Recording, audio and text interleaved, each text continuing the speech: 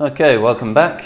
As you can see, we haven't really changed a lot, but we've had a look at the left lung.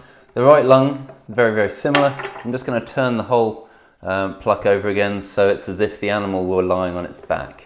Okay, so there we are, back where we should be.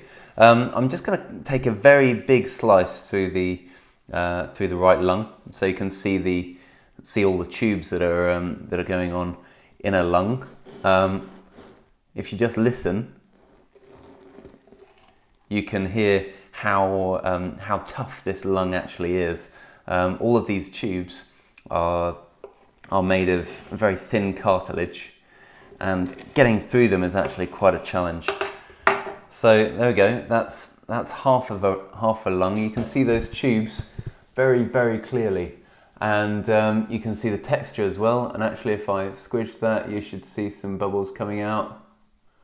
That's the air coming out of the alveoli and up through the blood and out of the holes, out of those tubes, the bronchioles. Okay, so very interesting texture there for the lungs.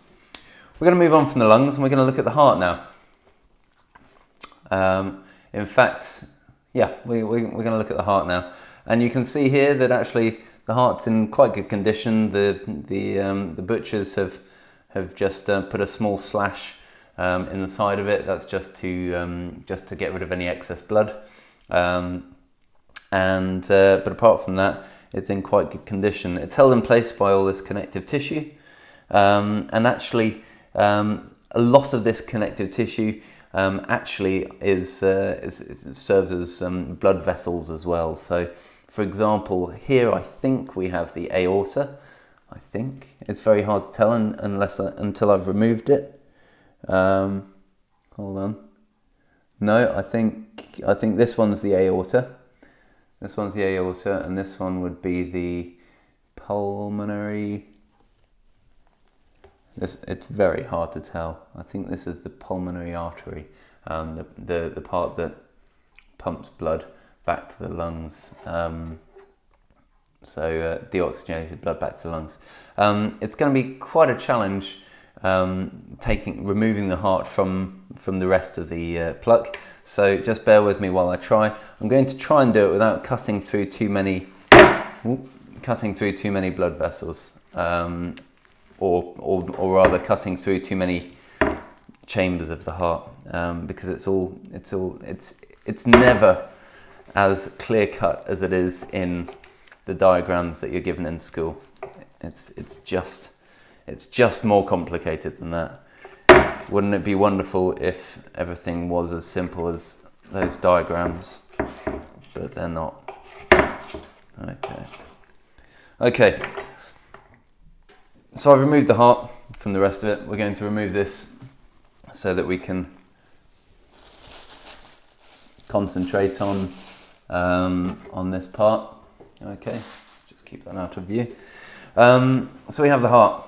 Just feeling it, I can feel that one side is a lot more solid than the other. This side feels a little bit softer, a little bit thinner.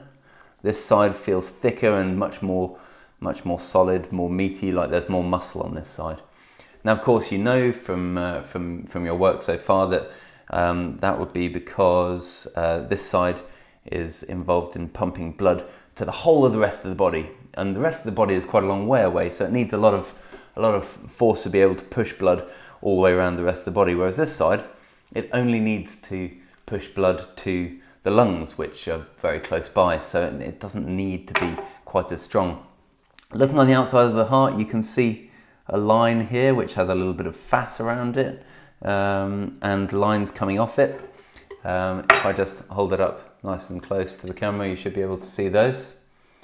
And those lines, I believe, those lines are kind of like the white bits are the fat, and they're surrounding blood vessels. And you should also know by now that those blood vessels that surround the heart and feed the heart muscle are called coronary arteries.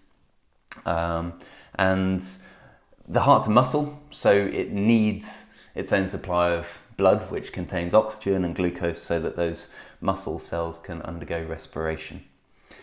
You can also see, if I just turn the heart around a little bit, you can see lots of tubes that are going in or out of the heart. Those are of course the arteries and veins that go in and out of the heart. There should be 4 of them, but actually some of them split off at different places. So this looks like 2, but actually it's just the one, but it splits off quite early on, quite close to the heart. I'm going to pause for a second, and we're going to have some questions, and then we're going to dissect the heart.